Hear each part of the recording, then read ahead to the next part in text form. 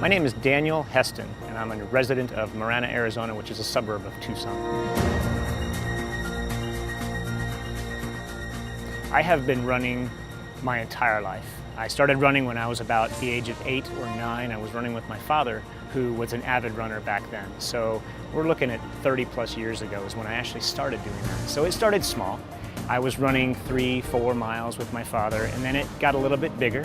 And as my abilities got better, and as my age got a little bit more mature, a little bit more advanced, then I would increase into the 5Ks and the 10Ks, which is 3 miles and 6 miles.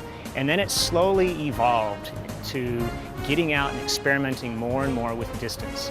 And once I got out to a point where I was running 7, 8, 9, 10 miles, it opened up a whole new door for me, where I was actually starting to think, maybe I can run a half marathon, maybe I can run a full marathon. So I tried, and I got hooked. I've done the marathons, 26 miles. I've done the 50-kilometer races, which is 31 miles. Then you move on to the 50-mile races, which are basically double marathons, 52.4. Then I moved on to the 100K, which is equivalent to 62 miles, and I've completed that distance. So the next distance is in the runner's world, is 100 miles. In 2013, I thought to myself, why not use my running for something special? And it started with just trying to raise a few $100s for the Community Food Bank of Southern Arizona. So this is going to be the 5th year in a row that I've been running ultra distances to support and to benefit a bigger cause than myself, which is the Community Food Bank. And trying to raise money for that cause is my passion. I was on a training run right in the middle of the summer. And during the summer in Arizona, you can't run comfortably during the day. It's just too hot.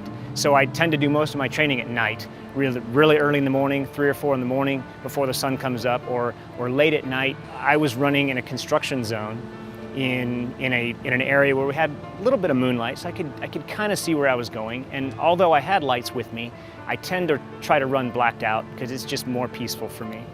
And I was running along a construction zone on northwest Tucson, and next thing I know, there was no concrete under my feet anymore. I had actually stumbled and into a hole, into a depression in the construction zone, and it was probably only 6 or 8 inches deep, but it jarred my body to a point where I did damage to my right Achilles tendon.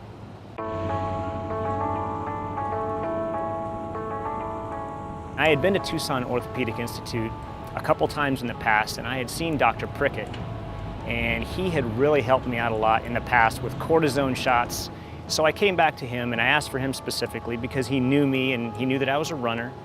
And he said, no, I'm not going to give you cortisone because it does adverse effects to tendon areas like the Achilles tendon. But he said, instead of just giving you drugs, let's try to rehab your Achilles tendon. We're going to send you to physical therapy. And that's where the real healing really began, with the physical therapists here at Tucson Orthopedic.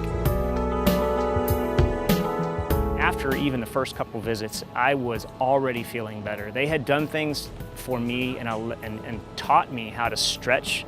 Even though I had run for 3 decades, I did not really know the importance of stretching. I didn't know the importance of certain very small minutia exercises that actually really helped strengthen my legs and make me a better runner in the end. So it was something that I really learned was very good for anybody who's very active. For Kristen, she has been an angel for me, although she wears the devil horns sometimes when she's pushing on the leg, and when she's massaging those muscles and getting out all those tight spots, it really does hurt.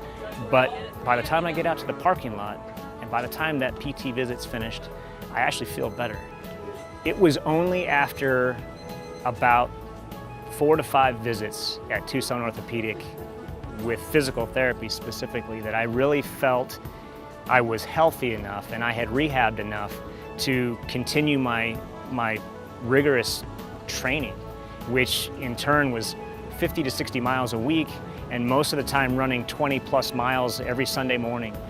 Once the visits continued, then the next 4 or 5 visits, it really got to a point where I'm very confident in being able to run over 100 miles. After coming to physical therapy, I see where it really does wonders for the human body.